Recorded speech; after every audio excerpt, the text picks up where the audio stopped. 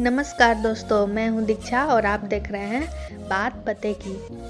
बीते कुछ दिनों से ये न्यूज़ काफ़ी चर्चा में आ रही है कि इंडिया और नेपाल के बीच बहुत ज़्यादा टेंशन बढ़ गए हैं, बहुत सारे इशू हो गए हैं। तो क्या सच में नेपाल अब हमारा एक मित्र राष्ट्र नहीं रहा? तो चलिए बात कर लेते हैं नेपाल और इंडिया के रिलेशंस के बारे में। 1816 में जब इंडिया एक इंडिपेंडेंट कंट्री नहीं था, सबको पता है कि उस समय ईस्ट इंडिया कंपनी का शासन था भारत में। फिर क्या होता है, जो आज का नेपाल है और हमारे देश का जो उत्तराखंड है, हिमाचल प्रदेश, उसकी कुछ जो एरिया होती है वो गोरखालैंड में आते हैं। गोरखालैंड और नेपाल भी जो है वो गोरखालैंड का ही एक हिस्सा था। वहाँ पर गोरखा लोग जो थे वो शासन किया करते थे।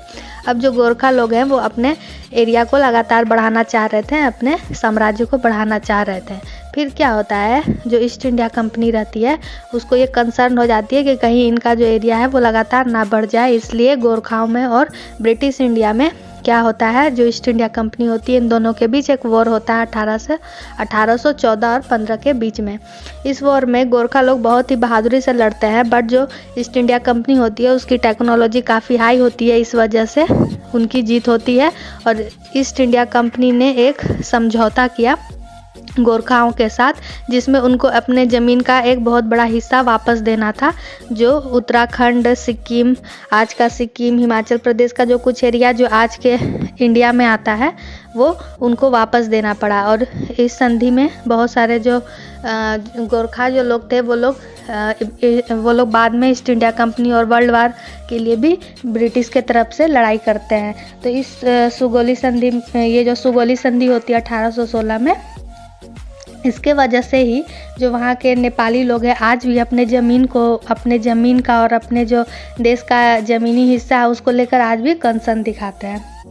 ठीक है, अब क्या होता है, जब इंडिया इंडिपेंडेंट कंट्री बन जाती है 1947 में, फिर जो नेपाल होते हैं, नेपाल में राणा रूलर लोग राज कर रहे होते हैं। तो जो एक इंडिपेंडेंट कंट्री इंडिया की जो होती है और तब इंडियन गवर्नमेंट और राणा रूलर्स जो होते हैं उन दोनों के बीच फिर एक संधि किया जाता है जिसका नाम है Indo Nepal treaty of peace.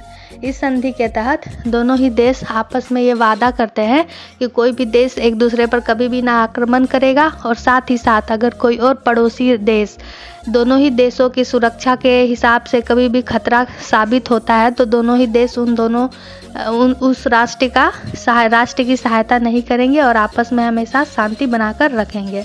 ठीक है, इस समझौते 1950 में जो Indo Nepal treaty of peace होती है, इसके आधार पर ही जो नेपाली लोग हैं इंडिया में आकर काम कर सकते हैं और रह सकते हैं। सबको ये पता ही होगा कि इंडिया और नेपाल के बीच जो है वो ओपन बॉर्डर है। नेपाल से इंडिया आना हो या इंडिया से नेपाल जाना हो, आपको किसी भी वीज़ा या पासपोर्ट की आवश्यकता नहीं होती है।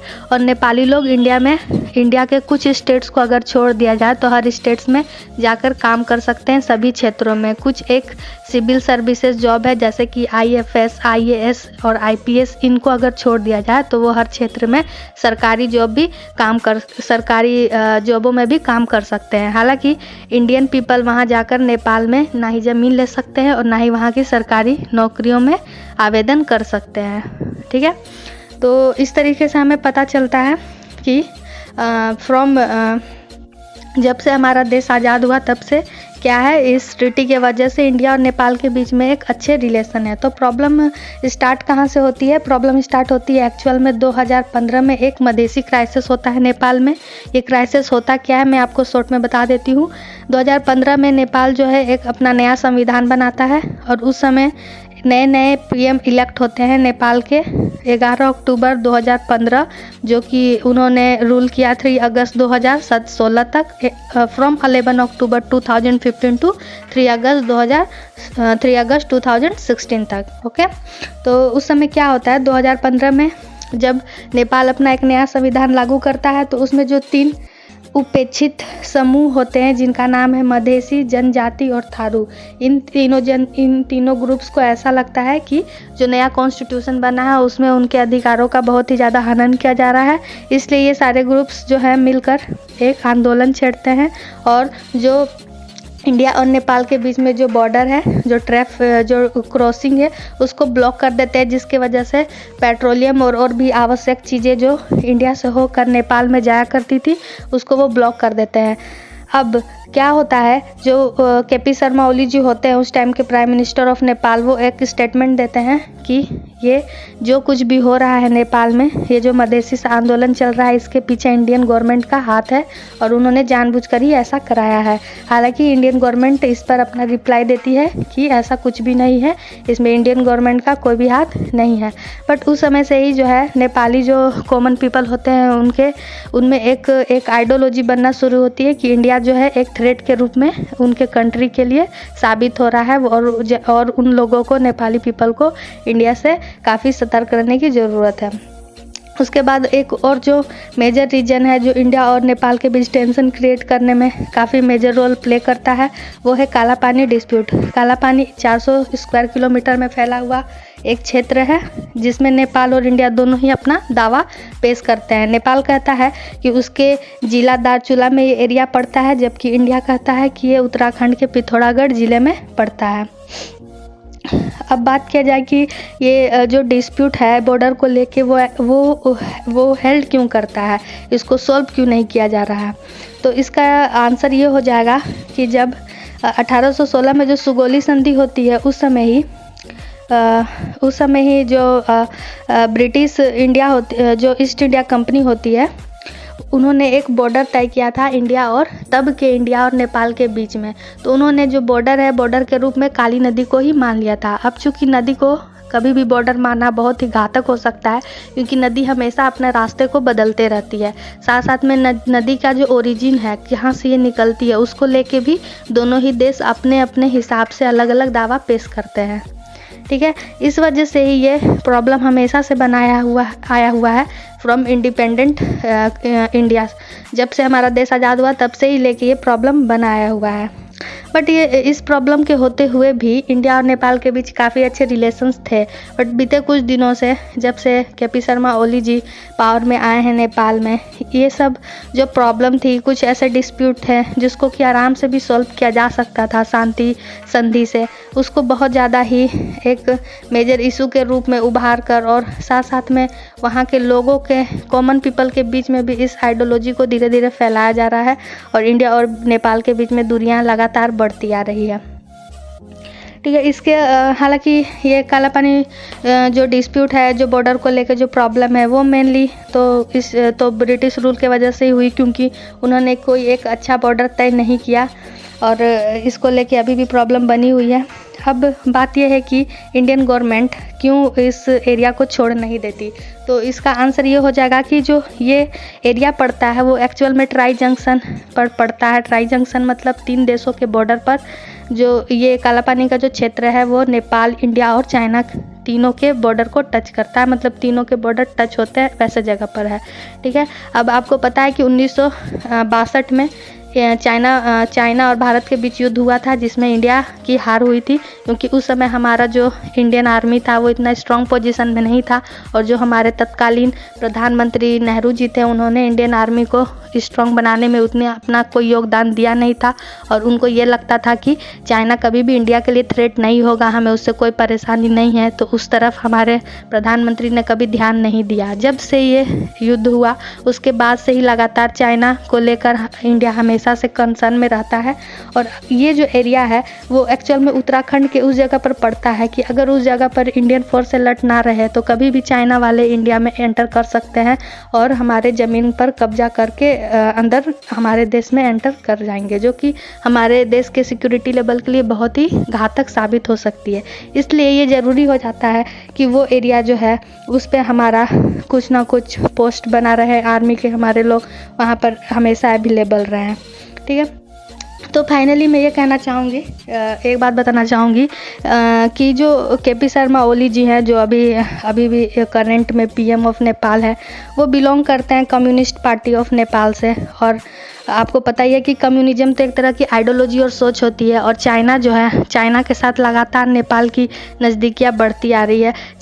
नेपाल जो है ओनली 2 कंट्री से अपने बॉर्डर शेयर करता है, चाइना एंड इंडिया के साथ। इंडिया के साथ तो उसके बॉर्डर फ्री हैं, लैंड के थ्रू कनेक्टेड हैं, बस चाइना के साथ जो है बीच में हिमालय पर्वत श्रेणी पड़ती है, जिसके वजह से ट्रेड कर पाना भी थोड़ा मुश्किल है। बट एयर रूट के साथ भी बीते कुछ सालों से नेपाल और चाइना के बीच लगातार व्यापार हो या और भी ज़्यादा दोस्ती बढ़ती ही जा रही है। मैं ये कहना चाहूँगी कि दोस्ती बढ़ाना या डिप्लोमेटिक तरीके से किसी भी देश के साथ अपने फ्रेंडशिप को बढ़ाना ये बुरी बात नहीं है। नेपाल अपनी फ्रेंडशिप बढ़ा सकता है चाइना से।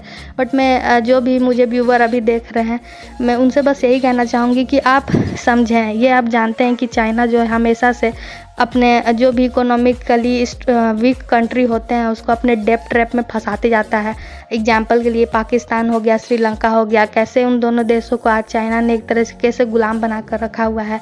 उसने पहले उन दोनों ही देशों को कर्ज दिया और बाद में बहुत सारे वो फैसले जो है उन पर थोपता है। साथ साथ में अगर देखा जाए तो चाइना खुद में भी एक डेमोक्रेटिक कंट्री नहीं है, वहाँ पर कम्युनिज्म है और वो बहुत ही अजीब तरीके से शासन करते हैं। जो कॉमन पीपल भी हैं चाइना में, वो खुलकर सरकार के खिलाफ कोई भी पॉलिसी के खिलाफ ना ही अपना सोच रख सकते हैं और ना ही उसको बता सकते हैं। अगर कोई भी ऐसा बयान आता है, स्टेटमेंट आता है किसी की तरफ से भी जो चाइनीज़ गवर्नमेंट के खिलाफ हो, तो उसको नज़रबंद कर दिया जाता है या उसको किल कर दिया जाता है। साथ ही साथ आप ये भी जानते होंगे कि जो तिब्बत एक कंट्री है, नेपाल के ऊपर नॉर्थ में तिब्बत ही पड़ता था, यानी नेपाल की जो बाउंड्री थी वो तिब्बत से टच होती थी, देन तिब्बत के बाद चाइना था। बट तिब्बत को भी आज उसने कैप्चर करके रखा हुआ है और तिब्बतियन पीपल आज भी इंडिपेंडेंट होने के लिए हमेशा मांग करते रहते हैं। बट चाइना उनको एक तरीके से गुलाम बना कर रखा हुआ है। वहाँ के जो दलाई लामा है वो भी इंडिया में शरण लेकर रहते हैं। साथ ही साथ आप हांगकांग में भी जो प्रोटेस्ट लगातार होते रहते हैं, चाइनीज़ गवर्नमेंट किस तरीके से उनको भी अपने जाल में फंसा कर और वहाँ पर किस तरीके से अपने सारे ऑर्डर को थोपती है, ये भी आपको पता होगा। ये भी मैं बोलना चाहूँगी कि लगातार ये न्यूज़ में सुनने को आ रहा था कि नेपालीज लोग जो हैं कंटिन्यू चाइनीज़ कल्चर से बहुत इन्फ्लुएंस हो रहे हैं और नेपाल में चाइनीज़ लैंग्वेज भी सीखना शुरू कर रहे हैं। तो मैं ये बोलना चाहती हूँ कि इंडिया और नेपाल के जो कल्चर है वो ज़्यादा कॉमन है, ज़्यादा जुड़ा हुआ है। रिलीजन भी हम दोनों देशों का बहुत ज़्यादा कॉमन है। इंडिया में भी मेजॉरिटी ऑफ पीपल हिंदू हैं और नेपाल तो एक हिंदू देश ही है। तो कल्चर अगर सांस्कृतिक तौर पे भी देखा जाए तो इंडिया और नेपाल जुड़े हुए हैं। तो क्या नेपाल की जो लैंग्वेज है वो एक्चुअल में नेपाली है, तो वहाँ चाइनीज़ आप सीखें, चाइनीज़ सीखने में कोई बुराई नहीं है। बट मैं ये बोलना चाहूँगी कि कहीं आप चाइना के ट्रैप में फंसकर अपने कल्चर को, अपने देश को भी ना खो दें, क्योंकि इंडिया हमेशा से कितने भी डिस्प्यूट हो पर कभी भी वो खतरा साबित नहीं हो सकता नेपाल के लिए। बट चाइना एक थ्रेट है जिसको कि समझने की ज़रूरत है। ओके, तो कुछ दिन पहले ये भी न्यूज़ में आई थी कि चाइना जो है वो माउंट एवरेस्ट पे अपना क्लेम कर रहा है और ये सब लोग जानते हैं कि जो माउंट एवरेस्ट है वो नेपाल के लैंड में आता है और नेपाल के लिए बहुत गर्व की भी बात है। तो फाइनली मैं इस वीडियो को समाप्त करना चाहूँगी ये बोलते हुए ही कि जो भी व्यूवर नेपाली पीपल मुझे देख रहे हैं वो प्लीज़ ये समझें कि चाइना किसी भी कंट्री के लिए सिक्योर नहीं है। उसने हमेशा से ही हड़प नीति को अपनाई है और किसी न किसी तरीके से वो अपने पर्सनल बेनिफिट के लिए अदर कंट्रियों का हमेशा से अदर कंट्रीज का यूज करते आ रहा है। और कहीं आप भी अपने कंट्री को, अपने यहाँ के जो कुछ पॉलिटिशियंस है जो आइडियोलॉजी के तहत गलत धारणा फैलाते हैं, और ये आप समझने में भूल ना करें कि कौन सा कंट्री आपके लिए फ्रेंड है और कौन सा कंट्री आपके लिए एनिमिटी साबित हो सकता है। तो देखिए, पॉलिटिशियंस का कभी भी कोई लॉस नहीं होता है, उनका इसमें कोई भी नुकसान नहीं होगा। अगर किसी का कल्चर खोता है, किसी का देश खोएगा, तो वो है आप, कॉमन पीपल, और सारे पावर आपके पास है। फाइनली ये मेरा व्यू था और आप इस बारे में क्या सोचते हैं आप मुझे कॉमेंट सेक्शन में बता सकते हैं। इसके साथ ही मैं वीडियो समाप्त करना चाहूँगी। आप सभी का बहुत बहुत धन्यवाद।